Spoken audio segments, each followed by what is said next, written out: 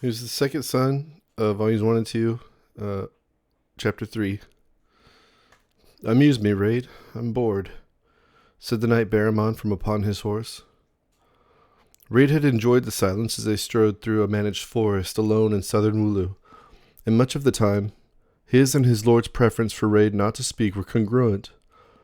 So this request was rather bothersome, but possessed as the squire was of keen observation skills and the training to sharpen them, he knew any diversions from this seemingly benign command, especially when the knight was in a good mood, could provoke the devils in his heart, and so he rejoined, "What would you like me to sing, my lord?"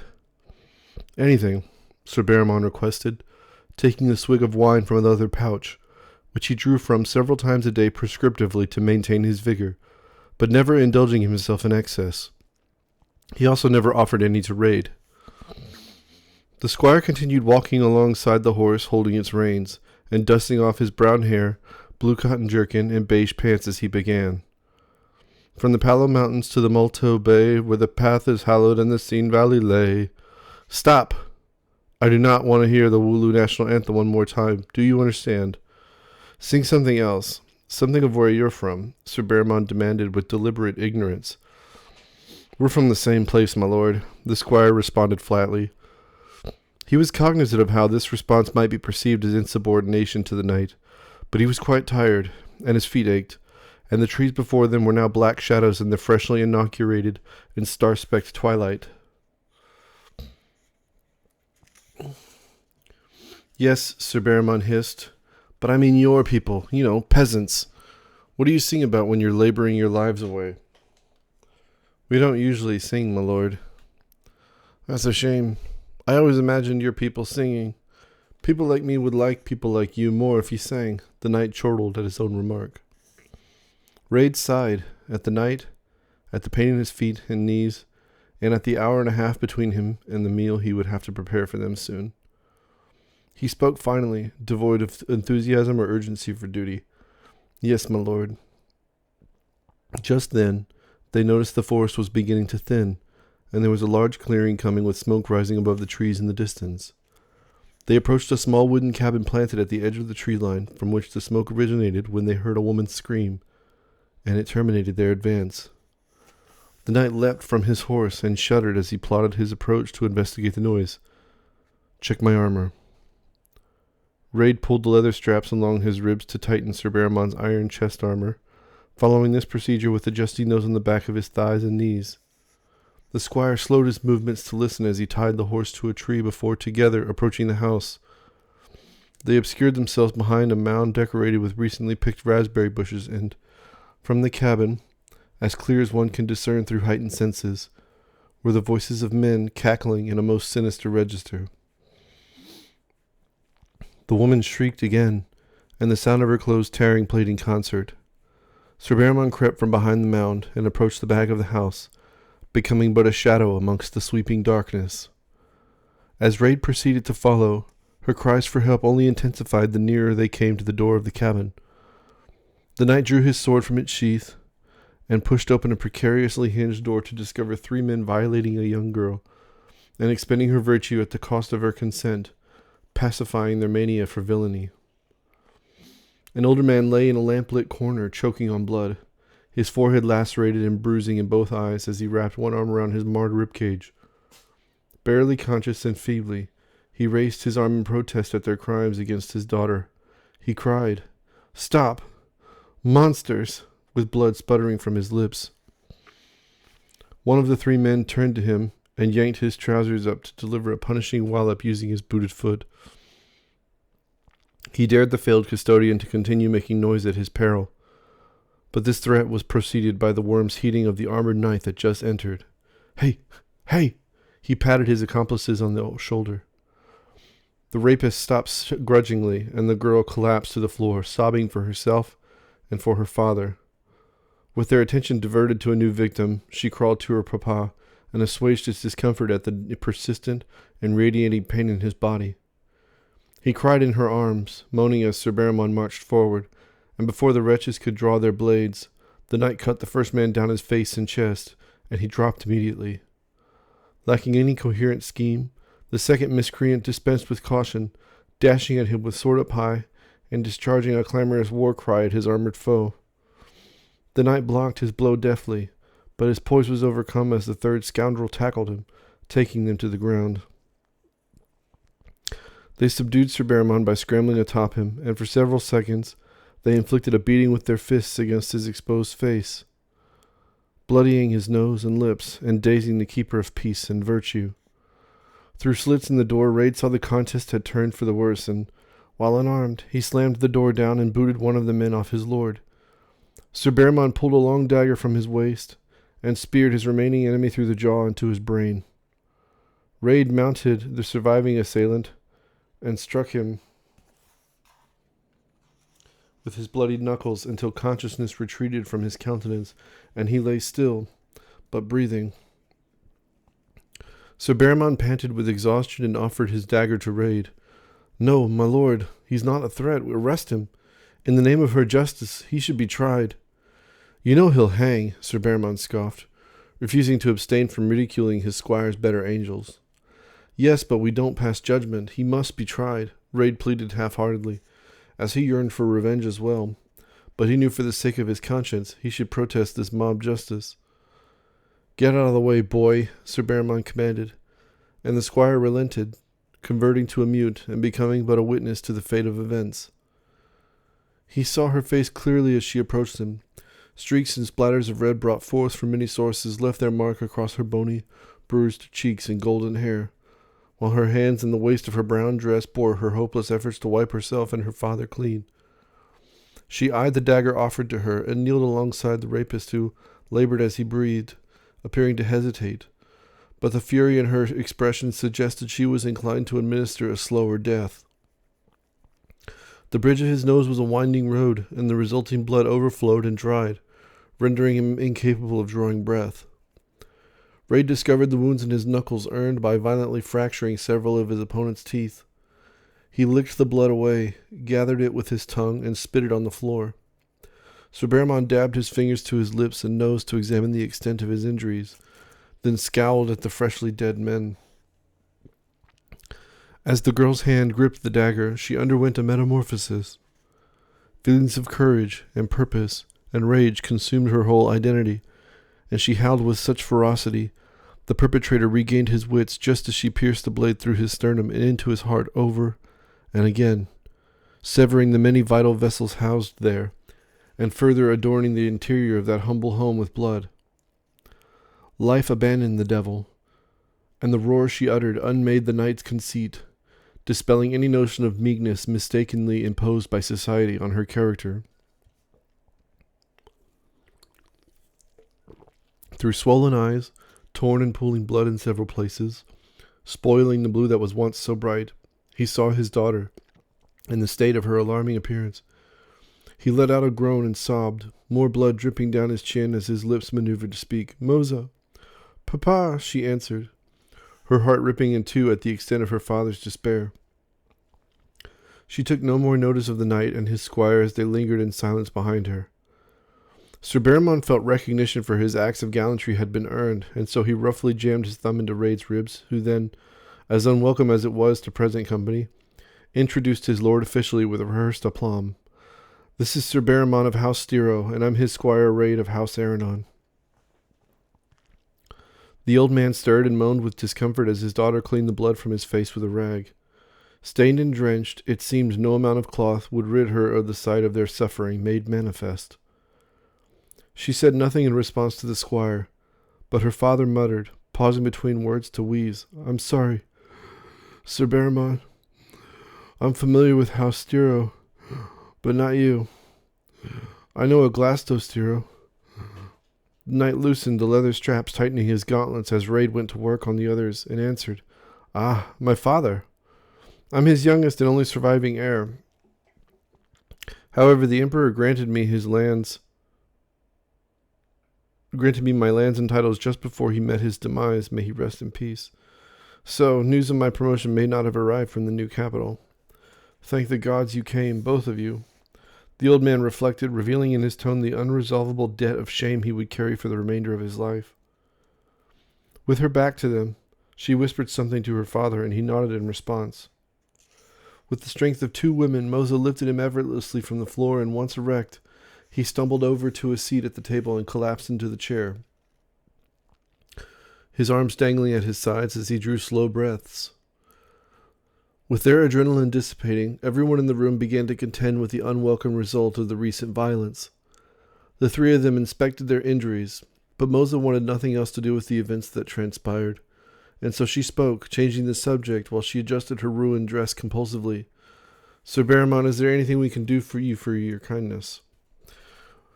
"We are quite famished, actually," the knight responded, seating himself across from her father.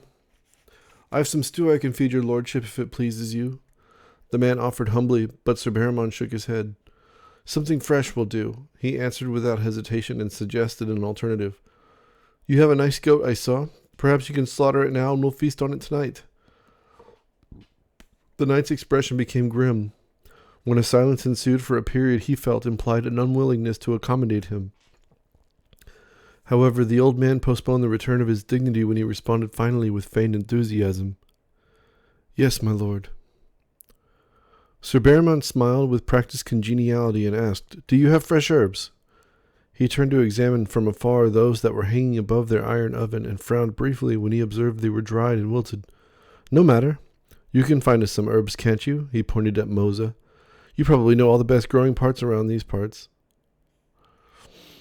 The girl, now sapped of energy, chose not to resist his command and therefore forfeited her pride in the same spirit as her father, and spoke as she left through the door. "Yes, my lord."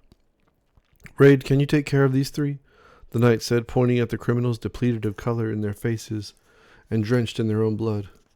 "Set them out near the roadside so they can be picked up, and we'll let these fine folks tell the local magistrate what happened. I'll leave you a letter detailing the events with my seal. It should be sufficient to keep you stranger to the hangman."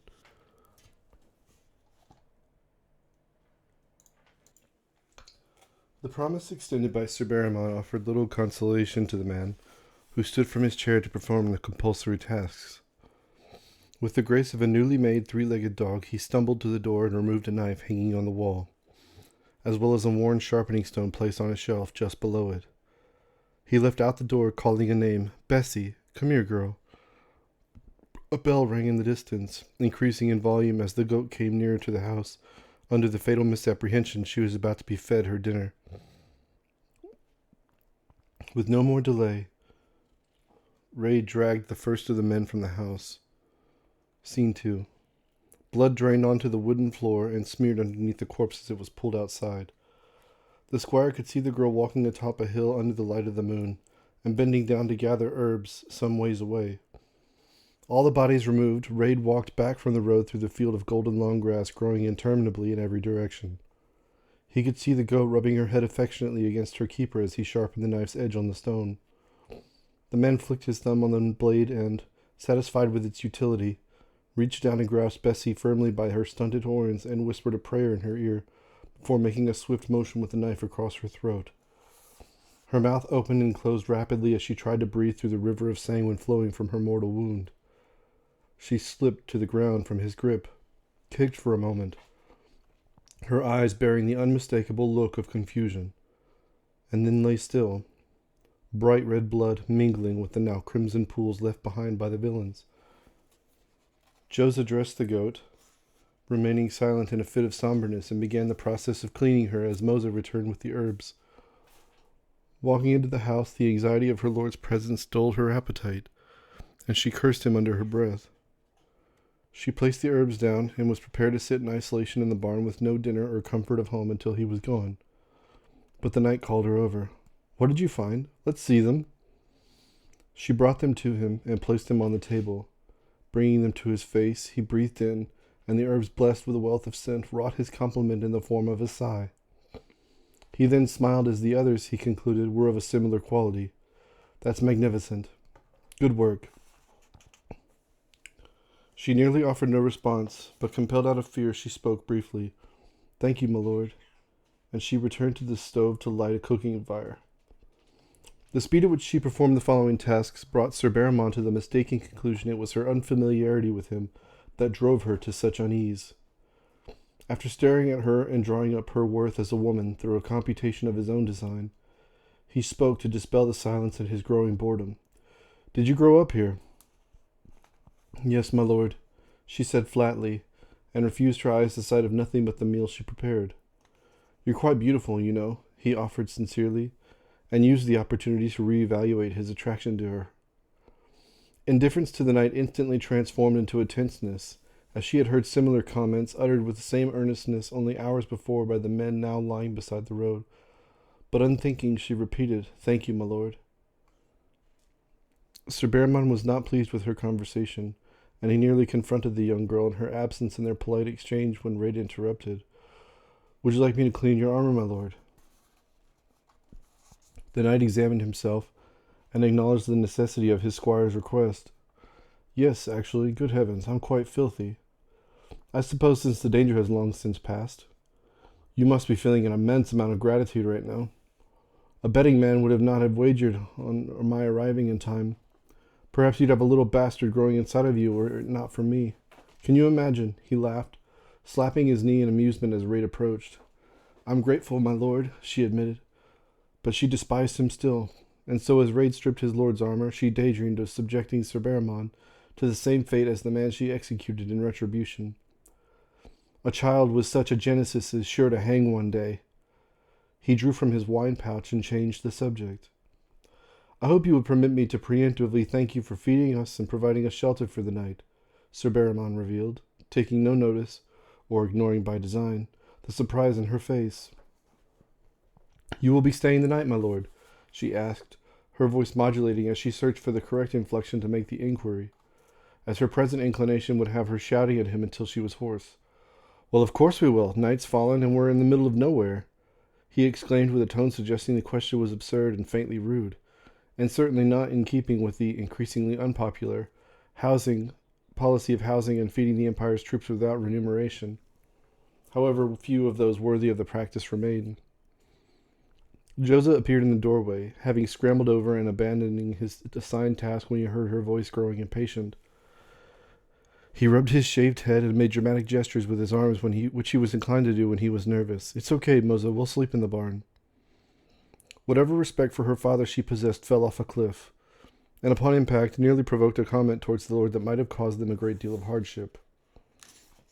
But in the end, the authority of the state exercised her pride. She said with a smile that injured her to present, "Of course, anything for your lordship." "Very good. I appreciate your generosity. You'll be richly rewarded by the Empire once it's been restored to its former glory. I'll make sure of it." "Thank you, my lord," the man responded with the same amount of gusto and eagerness that could be wrought from a dead man, and then disappeared again to continue with his butchering of Bessie. Upon completing his labor, Josa asked the squire, "Does his lordship prefer any particular part of the goat?" "Chops will be sufficient," Raid advised, and revealing from his pouch several gold coins. Josa backed away, his eyes professing the gesture was not welcome, and his hands up in the air affirming that judgment. But the squire ignored the man's refusal, and spoke softly with a stern countenance. "Just take it. All memory of you will vanish the moment we leave, and then you'll be left with nothing." "But the Empire!" he exclaimed in a show of patriotism. Raid's station in society was such that his testimony would supersede that of a farmer's, and so with no thought to the consequences, he grabbed Josa's calloused hand roughly and peeled his fingers back to place the gold coins in his palm. The man bowed his head as Raid walked away to complete his chores for the evening. After hiding the gold in a hole under a sack of goat manure he employed as fertilizer, he brought Moza the cuts of meat for her to repair. The aromas emitted by Betsy's sizzling flesh ruined her appetite and only served to make her even more bitter towards the lord.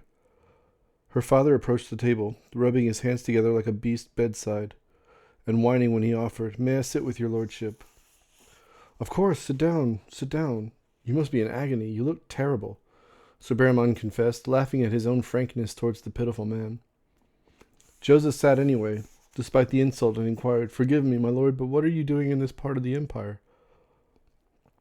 "I'm on a diplomatic mission for the Emperor," Sir Behrman explained gleefully, still hardly believing the words himself. "But the Emperor is no longer with us," the man said, puzzled, but trying to appear impressed nonetheless. Sir Behrman anticipated the farmer's confusion, chiefly due to his low opinion of commoners, and partly because some matters someone of his station would not be privy to, and so his ignorance was the mark of poverty. So the knight explained. His office may be vacant, but power still resides in those that orbited him, such as the chief magistrate of council, the council itself, the treasurer, as well as the commander of armed forces. They still yet live and hope to restore Wulu. Wouldn't you want that? I work at their behest. The last sentence he roused a warmth in his chest. It's a miracle they still live, Joseph acknowledged, offering a look of obeisance towards the heavens with feigned piety. By the grace of the gods, replied Sir Barrimon, as if he were uttering it before a priest. Were you at the capital when it was taken? The farmer asked, scratching a sore on his neck. To my shame I was present, Sir Barrimon confessed, and settled in his chair to reminisce extensively in front of his captive audience. To my shame I was present, Sir Barrimon confessed, and settled in his chair to reminisce extensively in front of his captive audience. You could see Remilia coming from quite far off. She's very large any way you look at her. She killed a dozen of our soldiers in the span of a minute, which is quite a long time on the battlefield. Have you ever seen battle? He asked rhetorically. But this intent was not detected by the farmer. And so he answered, distracted by memories of the screams borne from dying soldiers. Rebel forces came from Hunda about a year ago. They fought with the Empire stationed here just outside our home in the field there. It was only a dozen or so fighting, but that was enough battle for me. And I take it the Imperial forces prevailed, Sir Barrimon concluded, glancing around the room indifferently at the modest decor and realizing in that moment it was quite late. Yes, my lord. Who leads them? Joseph sighed in a theater of regret in sharing this news. The lord leading them at the Battle of Hunda was a knight named Olio of her house Cyril. He was wounded, stabbed in the gut, and died a day later. The man leading them now is someone that came from the capital after the capital was taken, a lord named Huvier of House Morto. He's stern and has a special unit he uses to hunt deserters, offers rewards for information if they capture them. But he's been keeping the peace and ridding us of Democritus' rebel sympathizers. Expressing the last sentence with such conviction, he convinced himself, even himself he held this view. Sir Barrimon, unimpressed with the farmer's patriotism, replied, Lord Huvier is here. Well, now I'm elated to visit your humble village. Where is he? Where does he reside? He has taken the wind-felt manor that once belonged to Sir Olio, Joseph answered, feeling increasingly more confident as he competently replied. Very well, and how far is that from here? Raid walked in from completing his tasks and spoke, which spoiled any further opportunity for Joseph to impress the knight. A few miles, my lord, but the road will take you straight to the village. Sir Barrimon turned to face his squire with a look of bewilderment, and a show of intrigue, albeit brief and quite shallow. How is it you're familiar with the local geography? I have an aunt that lives around here, he answered, realizing, as he reflected, that he had not seen her in more than 5 years. Who is your aunt? The man asked, implying by the softness of his voice further revelations were due, and the tidings were grim. Augusta Medal, Raid replied, fixed on the farmer's face as he studied him. Joseph looked to his daughter for confidence, but she awarded him none, crossing her arms for his subservience, and then returned to prepare Sir Barrimon's meal in the stove. The meat sizzled noisily as she turned it over in an iron pan. She stuck a knife through the center of the chops and examined it for any uncooked portion. The farmer was conflicted due to the nature and context of the news, but decency prevailed when he stated with every ounce of regret he possessed, I thought I remembered you. You've grown quite a bit. But I saw you about 10 years ago, I suppose. You and your cousin Deckard were throwing cow pies at each other in Mad Binto's stables. Mimosa here tried to join you, but her mother stopped her. Raid permitted himself to smile at the memory, glancing at the girl who was looking at him in return. But Joseph remained unchanged, expressing no fondness for their shared history, and sympathized. I'm sorry, lad, but she was executed 2 years ago. What? Why? He asked, suddenly losing his breath as he struggled to imagine the sort of crime she would have committed to warrant that punishment. He cursed himself when he reflected on his own troubles, wondering selfishly if her actions would compromise him earning a knighthood. The Empire found banned literature in her home. When Lord Houvier arrived, he questioned the village, and anyone that might seem friendly to the rebellion had their homes tossed. Joseph's voice trailed off as he stared at the table. "How did she die?" he asked, realizing any expression of sympathy for her fate may lead to dangerous assumptions by present company. But propriety was also at hand, and therefore he imagined anything he asked could be considered by society to be the product of curiosity and good manners. Joseph spoke matter-of-factly, as he realized what would follow could not be tempered or altered or lessened for his audience. "They hanged her in the tree outside her home in front of her boy. Your cousin. I'm sorry to say she did suffer before she died. They wanted for information." Raid was in despair with thoughts of her face, depicted with a genuine smile. He reminisced of when he was 8 summers and spent a week visiting with Deckard, Aunt Augusta, and his Uncle Damon before he passed. Only a day following his arrival there, he fell ill and vomited every scrap of food he consumed for the day. She cared for him sweetly, as if he were her own, and his cousin was allowed to play at his bedside once she knew he was not contagious. But in an instant, his mind turned again to Deckard and his fate. "And what of my kin? Where is Deckard?" "He lives in the same home, but he is a shade of who he once was," the farmer explained, but realized the latter was an unnecessary detail and only served to rouse pain in his listener's heart. "Thank you for telling me," Raid finished, composing himself to end the subject. "I'm sorry I had to be the one," the man attached needlessly. "That's enough. I'm bored. She was a traitor. She deserved what she got," alleged Sir Barrymon, turning in every direction as if searching for something.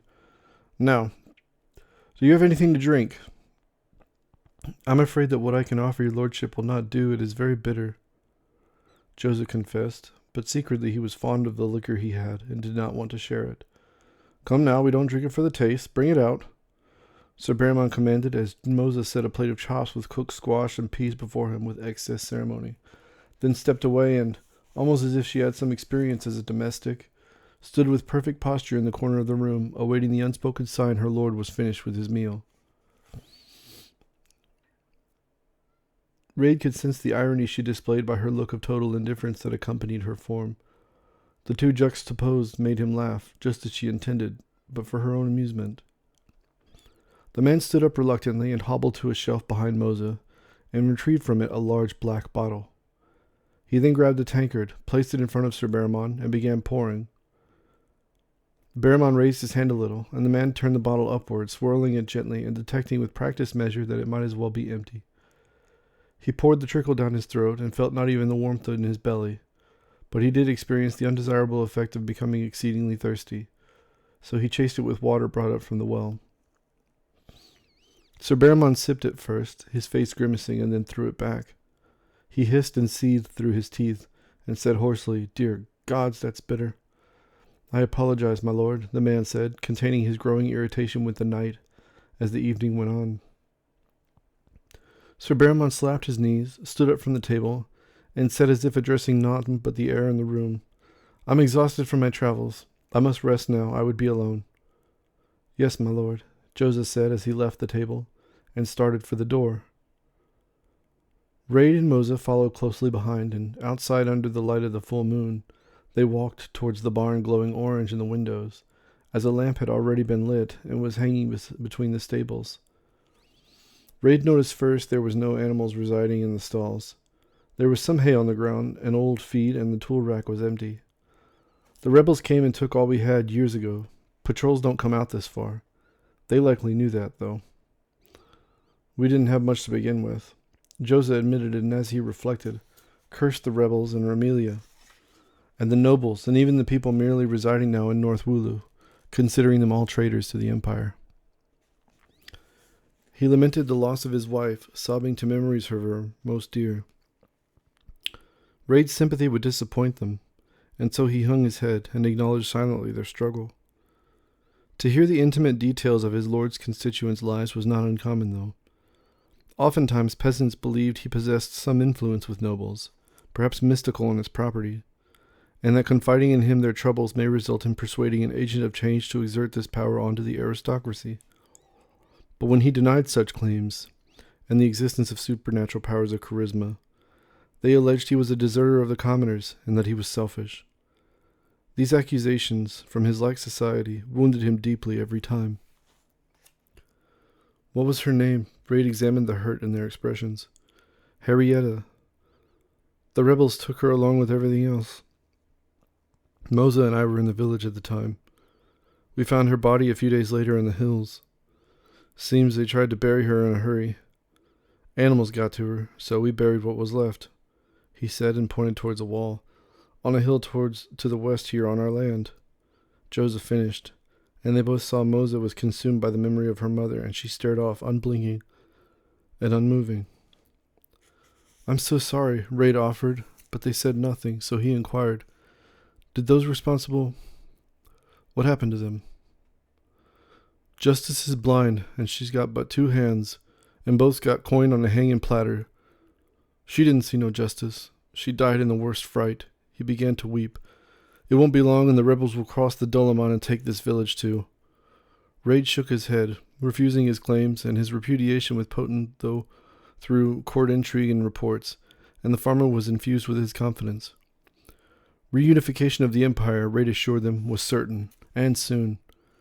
There are many friendly to the rebellion the closer you come to the cities in the north, but that's of no consequence, as the bulk of our forces are in the south already, and remain loyal to the emperor, claimed the squire, who then paused to allow some response. But the man sat patiently listening, and so he continued. I'm sorry my words fail to bring you both consolation. I understand how you feel. Lost my mother and my sister, both precious to me. I did not always serve as Sir Bearmon's squire. I squired for a knight named Sir Emero Fulbert, and he... Heavens me! Sir Emero! Truly! Why didn't you say so? What are you doing with him? The final word he whispered, but in dramatic fashion, as if to compensate for the emphasis he could not infuse without the Lord overhearing. Raid delivered the news, and described the knight's heroism, along with his duel with Romelia on the battlefield. He died there to her blade, in the capital square outside the Emperor's palace. But he saved my life. As the whole of us still living retreated, I eventually found myself alone in a forest outside the city walls, facing 2 armed rebels. I had not been trained yet to use the sword, and so I tried to run. I ran as long as my lungs would take breath, but making no progress in fleeing my pursuers. They remained just behind me until I heard hoofbeats coming, and that's when I saw Sir Bearmont charging forward on his horse. He cut the 2 men down and helped me to escape. I've served him ever since. You have a great deal of luck, Joseph replied, curiously touched by the visual. Raid looked at Moza for a spell, and then turned to her father and returned. As do you. But I need to go. I'm going to return in a few hours. I hope you both get some rest. Scene 3. They did not try to ask him where he was going. The darkness outside the barn brought the father and daughter impenetrable solitude as they sat in the dim glow of the lamp and waited for sleep to take them as they listened to the faint tapping of moonlight navigating insects colliding with the glass that shielded the flame. The sound of Raid and the horse walking away could be heard as they started down the road towards Hunda. The path was obscured by trees, and so his senses were enhanced, but it only aggravated his paranoia. His horse was spooked, and nearly threw him from the saddle when a stampede of cattle destroyed a fence to escape a wolf hunting in the night. He heard an elderly naked farmer cursing and shouting with his arms raised and a cane in his grip, as he ambled through his pasture threatening the wolf and his comrades that a thorough beating was in order unless they fucked off. Within a mile of the city, there were small groups of homes with hay roofs and walls of gray stacked stone, and held together with a combination of mud and clay. Some were more well managed than others, but each and every house possessed a vegetable garden planted alongside the east wall with tomatoes, cucumbers, carrots, lettuce, and cabbage. On either side of the path, the homes continued, but these gardens were obscured by a fog feeding on the latent spring humidity.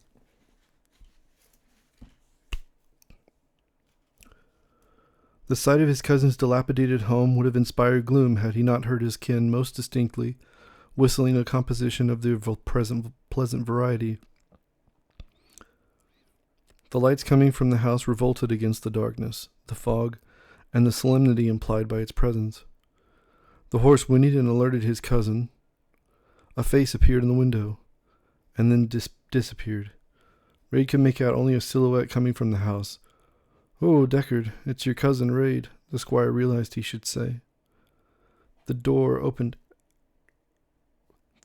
after a moment, and the light that spilled out revealed an exceedingly thin, young man with trimmed brown hair, a dirtied beige cotton jerkin, and black trousers.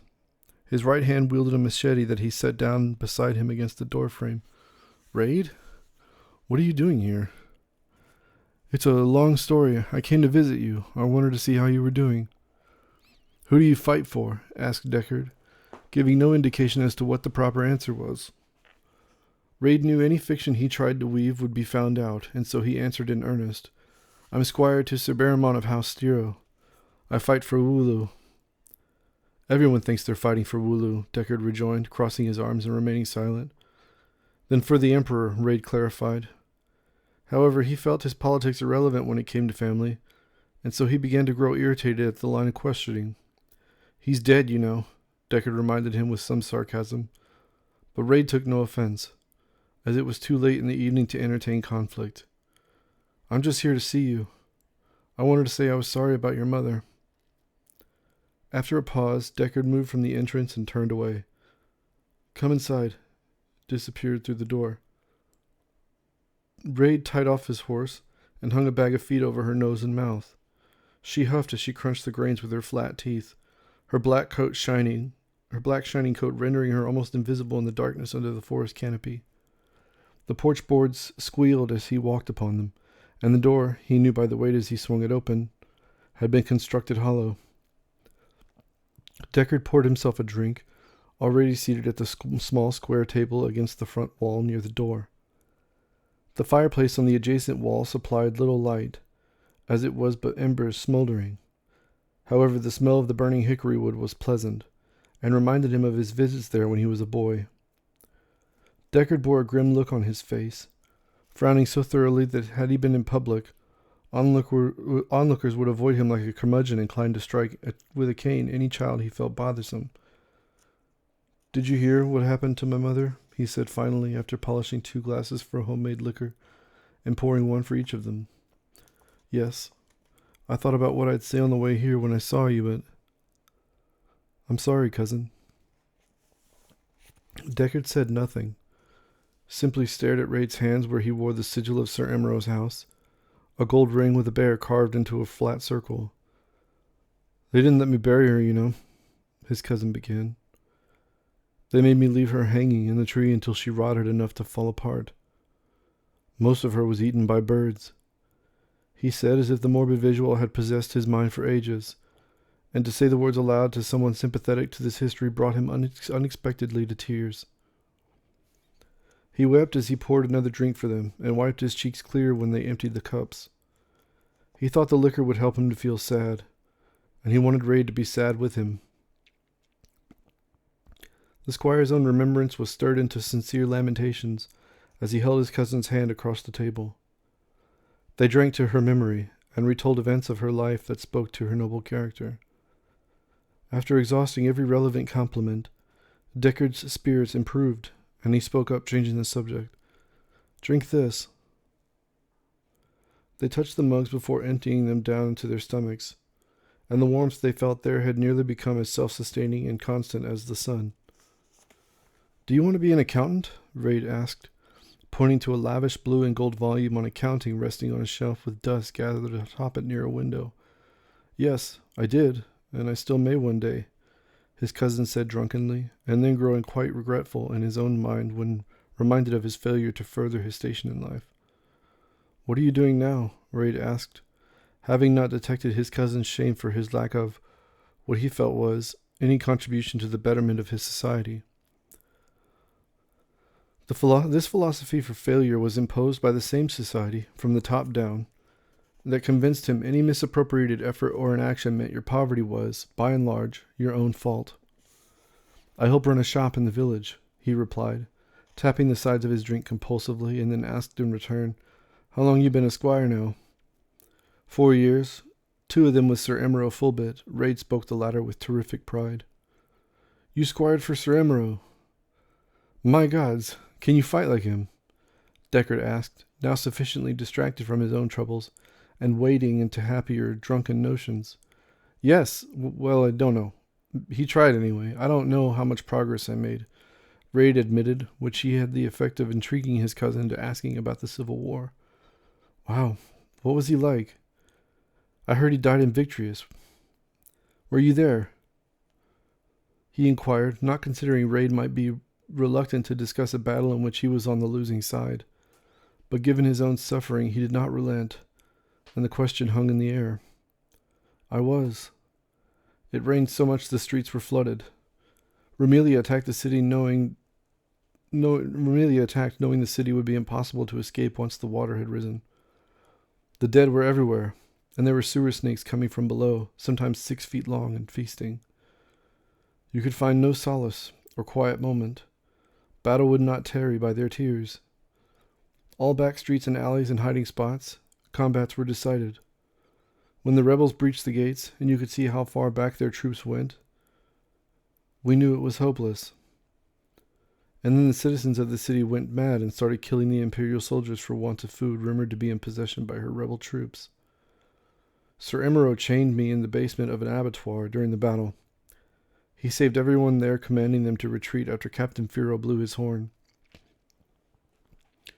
To Sir Emerald, then, said Deckard, embarrassed, having experienced the far-reaching consequences of war, but not those that follow a battle. They touched mugs again and emptied them. This happened once more when Deckard, being sufficiently inebriated, could think of nothing else except how excessive his drunkenness had become, and he shut his eyes tightly, trying to regain his wits. So why aren't you a knight? You've been a squire for 4 years. Raid's tolerance for alcohol was essentially non-existent, and so his face was on the table as he contended with the nausea that struck him so suddenly. His eyes widened at the potential to retch all over the floor. His mouth salivated, and it pooled between his teeth and lips as his body prepared him to vomit. But the feeling dissipated a minute later following a rigorous mental exercise to soothe his digestion in revolt. The squire spoke with great effort to ensure clarity. I was gonna become a knight, but the emperor died, and everything just went to shit. I'll have to wait until there's rule of law again in the north. They don't have land to give me. They don't have land to give anyone. So, Deckard took a deep breath, hoping the air would suppress the nausea rising in him as well. He hiccuped before saying, You serve who now? Sir Barrymon of House Stiro. Raid chuckled at his cousin's inability to keep both eyes open. Rich fuck, I know that house. His father's Glasto, yeah? The squire nodded and sighed. Sir Barrymon became a knight only a month before I was meant to, and lost his new lands in the rebellion. His displeasure at this fact he has made me keenly aware, Raid uttered, and revealed without question, through his pronunciation every inch of him was utterly sloshed. Is he anything like his father? Deckard said as he stood up slowly, and stumbled over to a bucket he dipped a soup spoon into and poured water into their mugs. I wouldn't say so, no, Raid answered, laughing, and jostling the cup before drinking it down entirely, and requesting another. His cousin obliged. I didn't think so. He's a good man, or so I've heard, Deckard said, collapsing into his chair again and grinning bravely despite his discomfort. 'Tis true, he and Sir Emerald were good friends, Raid explained, and feeling his intimacy with the social life of the famous knight was a great privilege still, and it brought him joy to think about the old man's steadfast, virtuous presence. How is your mother and Poke? Deckard asked. Raid shrugged, but his face betrayed that faint indifference to the health of his family, and he hung his head as he thought of them. His cousin, awaited a response, drummed his fingertips on the table before changing the subject. You hear about the cities in the north now? Lots of people struggling for food. Most of the large farms are south of the Dolomon. Deckard was silent, trying to summon all the information he had heard exchanged over the last 2 years since the Civil War began. I've heard. It will make taking the capital back that much easier once the people turn on them out of hunger. I also know the rebels are failing to properly govern those under their rule. The only reason they have anything resembling a military strategy is the experience of our generals that defected. They won't last much longer, Raid said confidently, and feeling his drunkenness fade away as time passed unheeded in the night. I think you underestimate, Deckard declared drunkenly, and trailed off suddenly, turning his cup upwards to empty it down his throat. We shall see, Raid replied diplomatically, as he possessed no desire to argue with him the tenability of what he considered to be an immoral regime. How is life under Lord Huvier? He takes a lot of pleasure in hunting deserters. He spends most of his time doing that, Deckard explained, looking out the windows at a passing carriage, only visible as it was led by the dim light of a lamp suspended in front of its eclipsed driver. Raid knew of Lord Huvier, as he was renowned for his charisma, and often the Emperor confided in him his private struggles. However, the despot's most vile impulses were encouraged by the Lord, and so the torture and persecution of the rebels before they had become a recognized force in Wulu exacerbated resentment between the sides, and provoked both into participating in torture and enslaving their prisoners of war, along with the burning of villages that declared loyalty to their enemy. Deckard filled the mugs again with water. How long will you be here? He asked as he drank. Raid emptied his cup, and the light of sobriety was dawning. I'm not sure. Sir Baramon will be coming here tomorrow to meet with Lord Huvier. It's likely we will set off after that, explained Raid. Where are you going? Raid waved and shook his hand. I can't tell you. Must be important then, he said, throwing his hands in the air sardonically. Any service to the Empire is important, Raid replied, not appreciating his cousin was teasing him. Do you really believe that? Raid sat silent to flourish his surrender with a confession. No, I suppose not. He then stood and said as he glanced at the door to signal their time was at an end. I've got to get going. I need to be back. Sir Baramon is a very early riser and will be up by dawn. It was good to see you again, cousin, said Deckard, as they stood and embraced one another, both struggling with the notion they would find themselves on opposite sides of the war. It was good to see you, too. I'll write you once I become a knight, Raid promised. But he was prepared to be thought a liar, as he was not certain he would survive long enough to achieve this. Please do, and I'll write you when I become an accountant, Deckard rejoined, and they held one another once more. Then it's agreed. Thank you for the drinks and the company. Good night, Raid expressed. Good night, Deckard said as he watched him untie his horse and begin the trip down the road towards Josa and Moses' farm. Scene 4. Sir Baramon awoke at dawn, and Raid already had their hosts awake and preparing a breakfast for him. The knight then wrote the letter he promised and ate his food, offering no compliment, nor ever looking up from parchments he spread out on the table. Upon finishing, he stood up to leave, and spoke finally with the same congeniality from the day previous, but tainting his inflection with his true feelings of superiority. I want to thank you, and your lovely daughter both, for your hospitality. The pleasure was all ours, my lord, Joseph said, but Moses said nothing, hoping her silence would be seen as contempt for the night, but Sir Baramon took no notice. I'm sure it was. Good day. And with that, he left and met Raid, who was already awaiting him on the road with the horse. On foot, the trip to Hunda took much longer, but they arrived nevertheless. Approaching the village, they saw a large stone tower with wooden structures surrounding it. The rest of the village was made of small wooden homes with dirt floors, a few shops, and an inn just as you entered through the wooden gate. It was a few hours before midday, which meant the residents were to and fro, already arousing an industrious air, and the streets were muddied and busy with economic activity. There were soldiers posted outside the walls leading to the stone tower.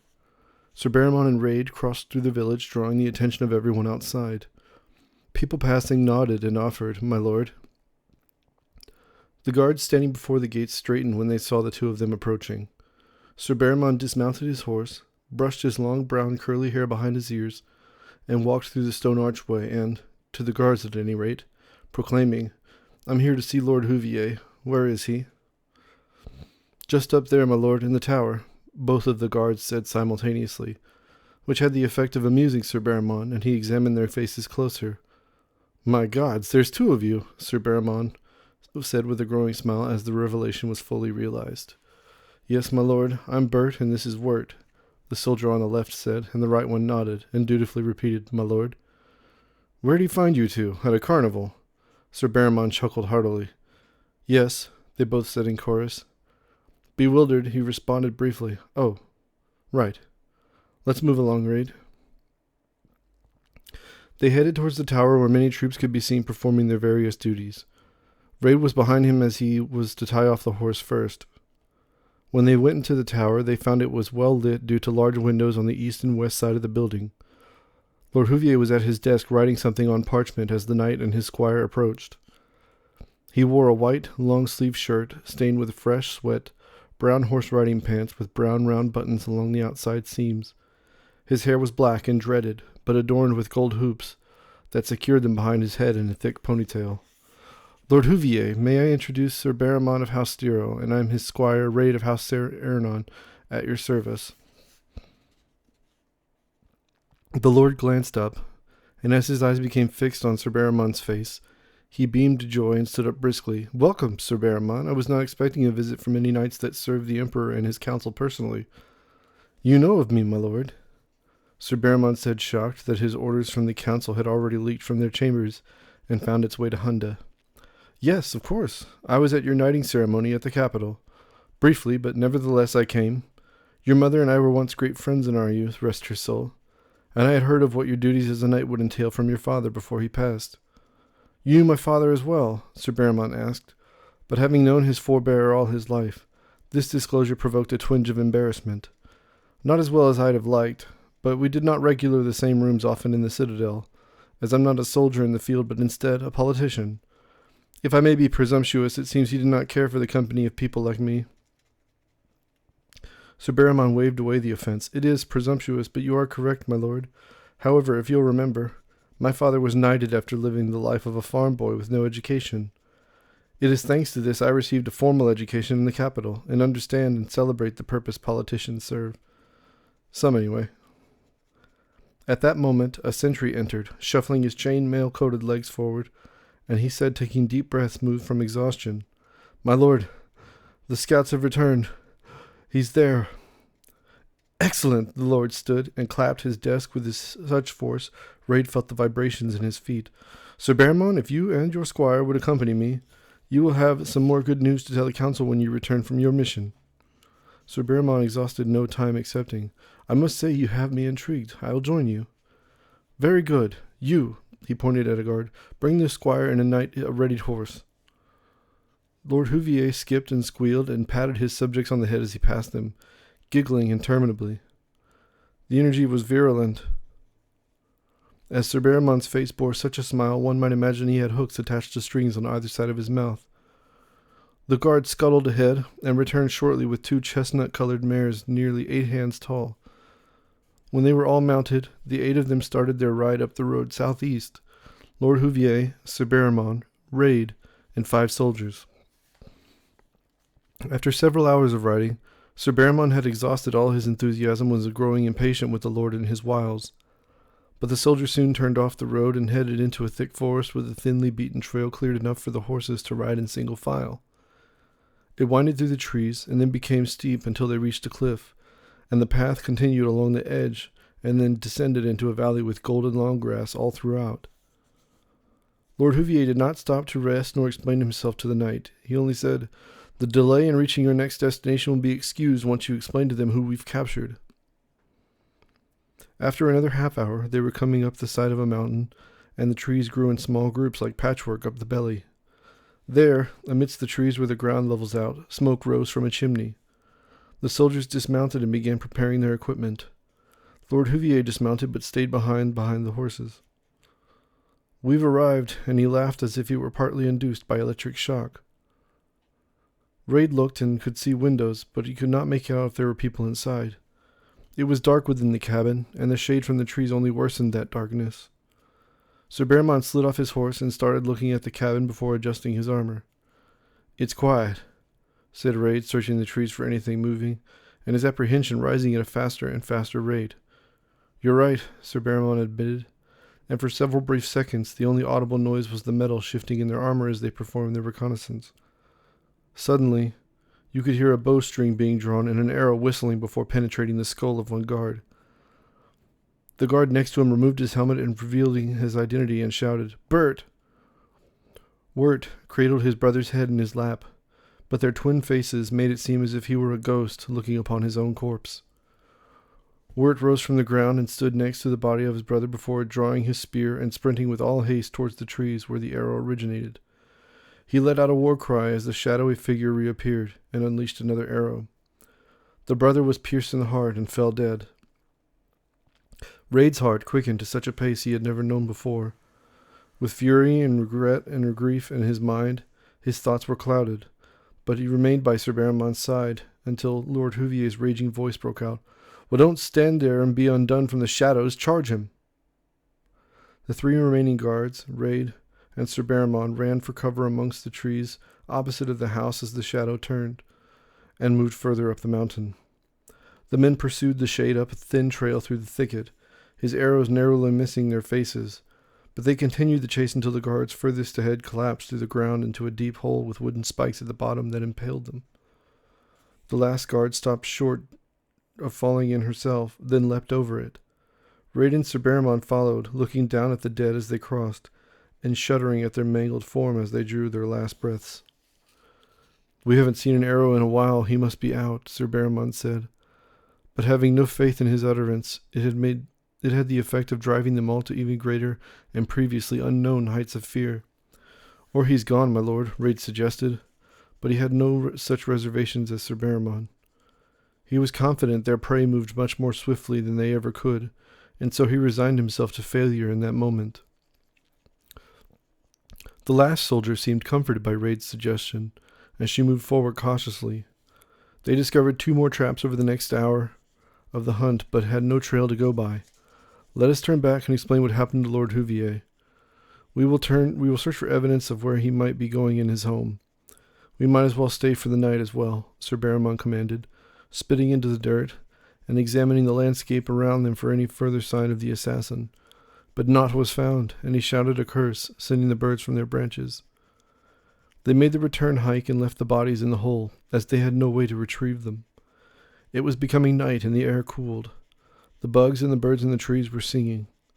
They could finally see the cabin from afar, and they kept on for another half hour and arrived. "I'll see to Lord Houvier. You two take care of the horses and start preparing dinner," Sir Baramon ordered, and he felt his spirit rising, knowing he would spend the evening with such celebrity. As the 3 of them followed the trail to the front of the cabin, they saw Lord Houvier on the ground in a pool of blood, lit weakly by a crescent moon. "Lord Houvier!" Sir Baramon shouted as he ran to his side. Raid took cover in the trees and examined their surroundings. The remaining guard removed her helmet. Her head was shaved on one side, and shoulder-length black hair on the top and on the other.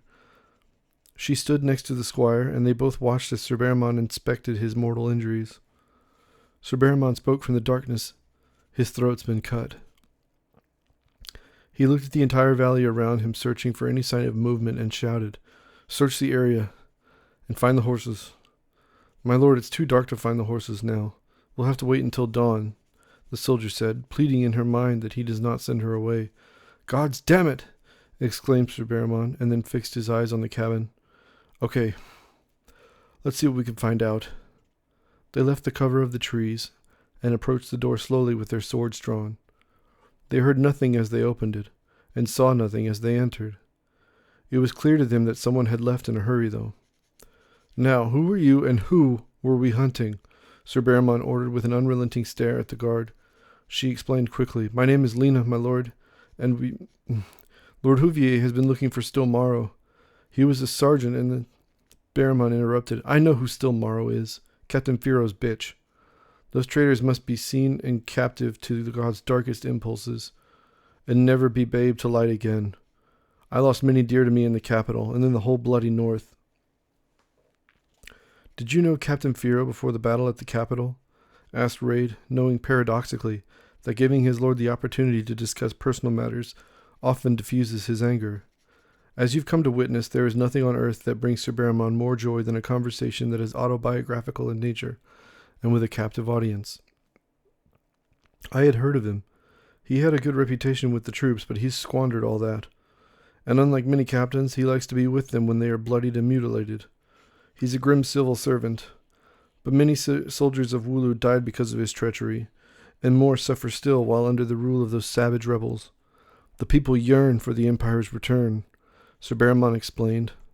But in that moment, hunger and soreness consumed him as he sat at a table in the center of the room, pondering how he would explain this to the council. After a moment of silence, the Lord ordered him, "Go, prepare dinner." Raid looked to the guard, but she remained silent, and so he prepared himself mentally to reveal the news that was certain to enrage his capricious benefactor. "The food was in the saddlebags, my lord." His rage ballooned before he shouted, "Well, then you'd better find me some. He can't have made off with everything he had." "Yes, my lord," Raid replied as he started rummaging through the cabinets in the dark. "You, go gather wood. We need a fire going," Baramon said, pointing to Lena. "Yes, my lord," and she left. When Lena returned, she reignited the embers with kindling she forged from the forest, and firewood already cut and resting by the fireplace. As the heat and light spread through the cabin, Raid looked more earnestly for food, but came back empty-handed. "My lord, I found a bit of flour, but that's all," he said, reported regretfully. "Fine, then if I'm not to eat, I'll sleep instead. One of you will remain awake to take first watch. Now leave me," Sir Baramon said, laying in the bed in the corner of the room and turning over. Raid gestured Lena to follow him, and they left through the door. They set their things on the porch and peered them into the darkness. There was no sound that broke nature's silence, except the wind that traveled through the blackened valley. "I'll take first watch," said Raid courteously and smiling. She nodded and settled into laying down. "You don't think he'd come back, would you?" she asked, trying not to rekindle their anxiety as they rested exposed. "No, I don't. He got what he wanted. And we're stranded for now. He'll make for a distant refuge, but he will be hunted down. What's left of the Empire does not take the murder of a lord in shorts." She began. "I had a lord once then." Sir Baramon's voice rushed from inside the cabin. "I can hear both of you. Shut your goddamned mouth or I'll cut your tongues out." Lena's eyes widened, and she turned over silently as if to go to sleep. But she returned and revealed a sausage that came from her pocket. She broke it in half and handed a piece to Raid. They smiled at one another and chewed as quietly as they could. As Raid had suspected, still Marl did not return to the cabin, and at dawn they were kicked awake by Sir Baramon. "Go find the horses," he said, looking down at them, and then returned inside. Scene 5. The horses had not dawdled far off. It took several hours, but they found them all except for Lord Houvier's steed. When they returned, Raid prepared breakfast for Sir Baramon, and then himself, and Lena before they set off back for Hunda. Lord Houvier's body was wrapped and tied to the back of her horse. After a half-day ride back to the village, they went to the local magistrate to notify him of the passing of their lord. "How did this happen?" the black-robed magistrate inquired, stunned by the news and compulsively and repeatedly adjusting his white barrister's wig. "We were in pursuit of the deserter Still Morrow. We tracked him through a forest, but were slowed by traps he'd prepared. He must have somehow made his way back to the hideout where Lord Houvier was alone with the horses. That's where we found his lordship's body," explained Sir Baramon, with all the regret weighing his voice down to a register of sincere mourning. "You must return to Cabra and seek the advice of the remaining council. They will want to know from you what happened. You've been summoned by them anyhow," the magistrate explained, revealing to them a message with a council seal. "What?" Sir Baramon asked, baffled. "Yes, the council sent a missive ordering your immediate return to the new capital. It arrived only minutes before you did." "How curious. I wonder what they wish to discuss." He touched his chin in deep thought, but arriving at no sufficient explanation. "I know not, but I'd leave post-haste. The messenger said it's urgent." "Then I'll leave at once," and pressing the magistrate with his attendance to his duties. "May we have fresh horses and supplies?" "Of course, meet with the master-at-arms just outside," he explained warmly, and they left him. Lena returned to the barracks, waving goodbye to Raid as he went to make the arrangements and prepare for them to leave. So Baramon continued discussing happenings throughout the empire with the magistrate until Raid notified him his horse was ready. The Lord announced their departure with regret for having no more time to socialize with such wonderful and worldly people. Raid then led Baramon to where the horses awaited them outside the village gates in the stables. I'm curious to learn who will take Lord Houvier's seat, the knight speculated, and they sped off down the road towards Capra. Their journey to the new capital was unremarkable. Many troops of southern Woulou arrived from the other regions of the country, were encamped around the high grey walls of the city. Passing through the gates, the streets were bustling beyond the stables, with there being a carnival honoring the birthday of the emperor for a week, which to some became inexplicably more popular for the last 2 years following his death. Up the hill was a large stone stairwell with streets carved out of the hillside and layered. The people were cheering and drinking on every corner. Streams of green and red ribbons swirled through the air above the heads of the crowd. There were musicians playing their instruments, and crowds around entertainers of every variety. Raid tried not to watch, as he knew no leave from his master. A blonde woman wearing a mask saw him and smiled before blowing him a kiss. He waved at her and smiled awkwardly. I wish I could go too, Sir Baramon professed, but offered Raid no time to respond before turning away. Raid instinctively replied, Yes, my lord. If you had to guess, why would the council be summoning me? Sir Baramon asked, realizing this line of questioning would yield no useful information, but he occasionally entertained the machinations of his squire's mind. I haven't a clue, my lord, guessed Raid. Let's find out what it is, Baramon said as the council's chambers came into view. The guards straightened up as the two approached and dutifully stated my lord as he passed them. Upon entering, you could see the large domed ceiling painted with a scene from a famous battle from the history of the early Woulou Empire. A man in a black robe sat at a polished wooden desk in front of his 2 sets of large metal doors painted green, with gold house spheres and gold trim. Raid spoke to the man with deference. I beg your pardon, but my Lord Baramon of House Thero has been summoned by the council. I have their missive here.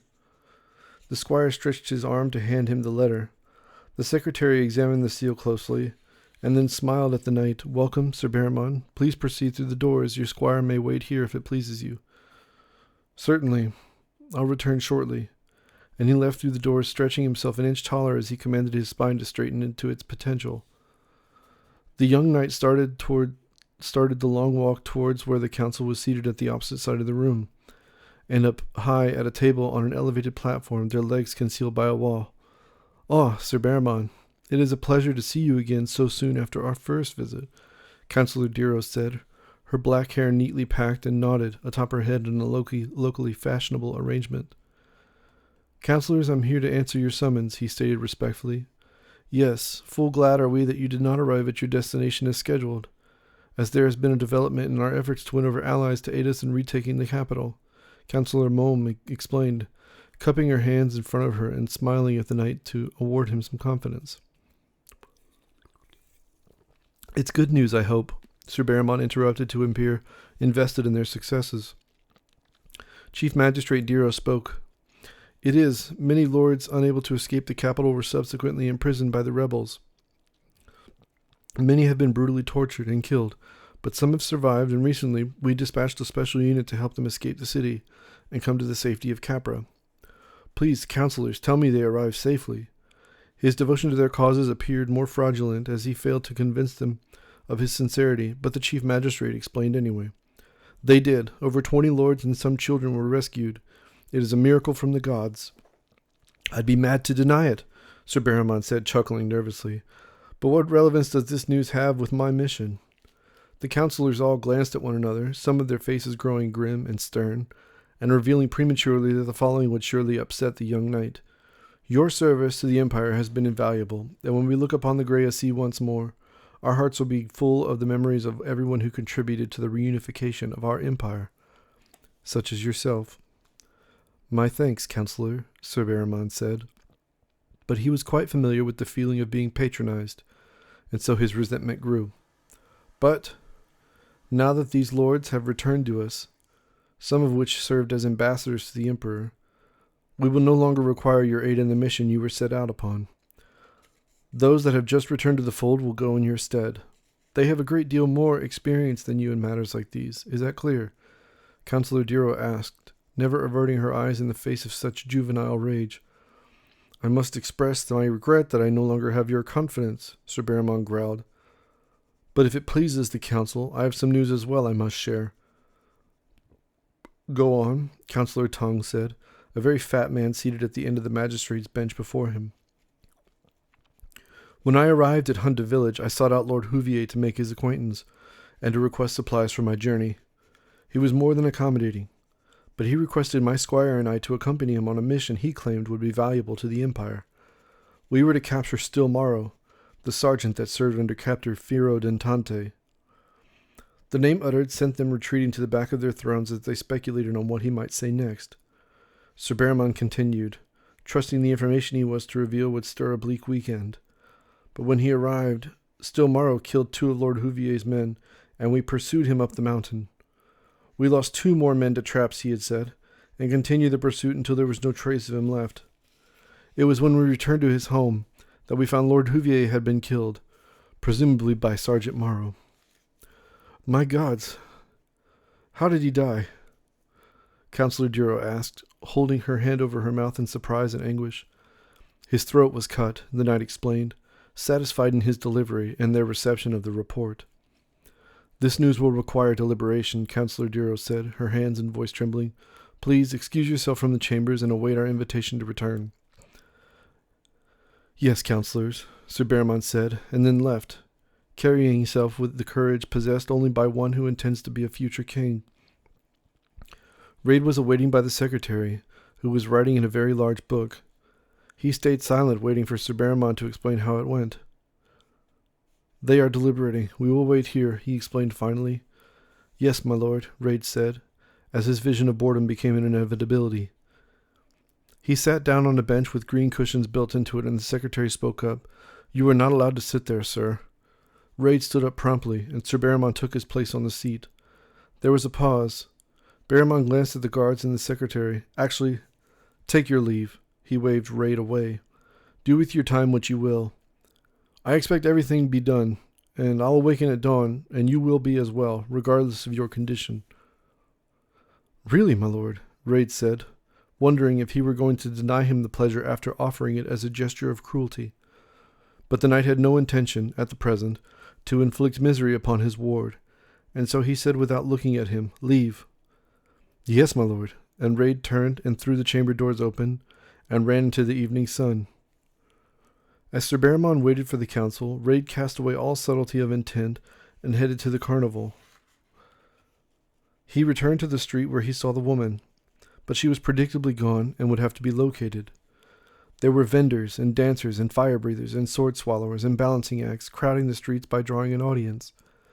He stopped for a drink and, as if the gods had manipulated every necessary moment just to please him with a fortune of flesh, he spotted the woman sitting at a table alone, her face still veiled. No amount of preemptive thinking would yield a clever enough arrangement of words to swoon this mysterious woman, and so he simply approached her and said, Hello. She seemed perplexed for a moment, and then she remembered him, and her face lit up. Oh, it's you! You're quite handsome up close. Raid blushed, and realized he had no idea what he was supposed to do now, as this woman already seemed to like him, and he had never gotten this far before. Do you want to sit down? She asked sweetly, her voice rising with feminine charm. Okay. And he sat beside her, never averting his eyes, and inadvertently causing her to feel faintly powerful at the show of his eagerness. What brings you to Capra? She asked, shaking off her conceit. Business with my lord, he responded vaguely. He nervously drank his entire mug. Let me get you some more, and she stood up and approached the bartender. Raid was smitten. She ordered 2 drinks and waited for them at the counter. The bartender looked at him and then smiled. He returned the gesture. She came back to the table, her red dress tight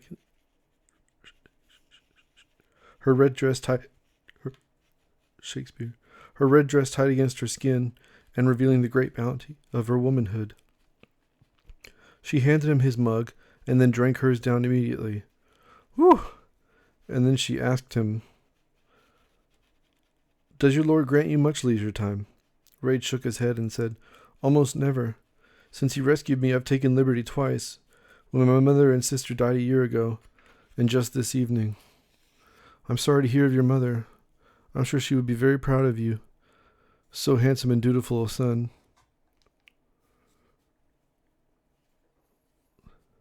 "I, too, lost my family. I live here in Capra as a handmaiden just on the corner there," her voice trailing off in smooth suggestion of her appetite for his body. She spoke up. "Okay, you drink that on the way, and you and I'll go to be alone."